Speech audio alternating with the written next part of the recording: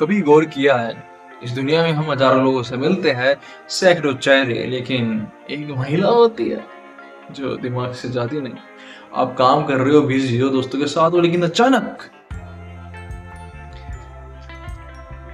उसकी आवाज, उसकी मुस्कुराहट, उससे हुई छोटी छोटी बातें, सब दिख जाता है। आखिर ऐसा क्यों? ये दिमाग किसी एक इंसान को इतनी इंपॉर्टेंस क्यों देता है?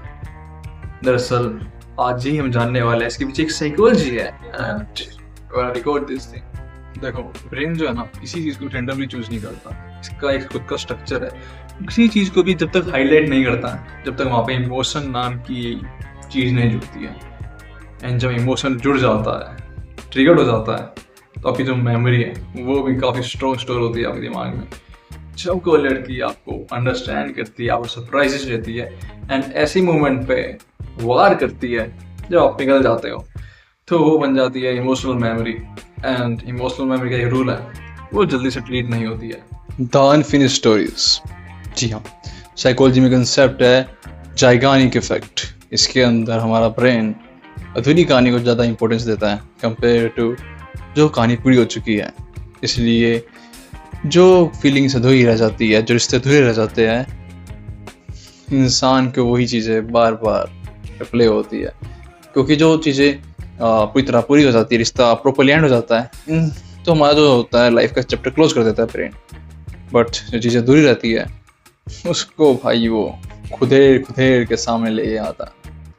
द मिस्ट्री इफेक्ट एक और साइकोलॉजिकल फिनोमेना होता है जब कोई इंसान मिस्टीरियस होता है।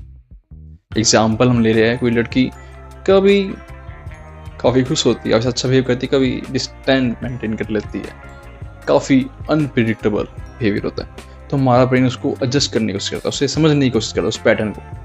तो वो चीज़ वो समझ नहीं पाता, उसे टाइम लगता है समझने में, तो हमारा ब्रेन उस चीज़ को कैप्चर करता है, स्टोर करता है ज़्यादा देर तक। जी हाँ, जब भी वो इंसान आपके दिमाग में काफ़ी देर तक, ज़्यादा टाइम तक रहता है। It's not always love. सबसे इंटरेस्टिंग बात यही है, जब ब्रेन में बार बार एक ही लड़की आ जाती है, इसका मतलब ये बिल्कुल भी नहीं है कि वो प्यार। बस इतनी सी बात है, आपके ब्रेन के लिए एक वो स्ट्रॉन्ग इमोशनल इम्पैक्ट है, वो एक चैप्टर बन के रह जाता है, काफ़ी इम्पोर्टेंट। चाहे उसका समय काफ़ी छोटा ही हो, वो कईयों के लिए काफ़ी बड़ा। तो बार बार कोई लड़की दिमाग में आए तो इसका मतलब ये नहीं है कि आप वीक हो, जरूरी नहीं है कि वो डेस्टिनी है। कभी कभी वो बस एक स्ट्रॉन्ग इमोशनल इम्पैक्ट ही होता है। एंड ब्रेन इसको क्लोज नहीं करेगा जब तक उसे क्लोजर नहीं मिलेगा। तो इसका सॉल्यूशन ये बिल्कुल भी नहीं है कि आप सिर्फ फॉरगेट कर दो। एक्सेप्टेंस ही है भाई, चीज़ें ख़त्म हो चुकी है। एंड फाइनली ब्रेन उस चीज़ को एक्सेप्ट करेगा, उस कहानी को ख़त्म कर देगा और भुला देगा। एंड फिर आप सबका दिमाग भी फ्री हो जाएगा और आप भी पढ़ सकते हो किसी असली प्यार की जगह।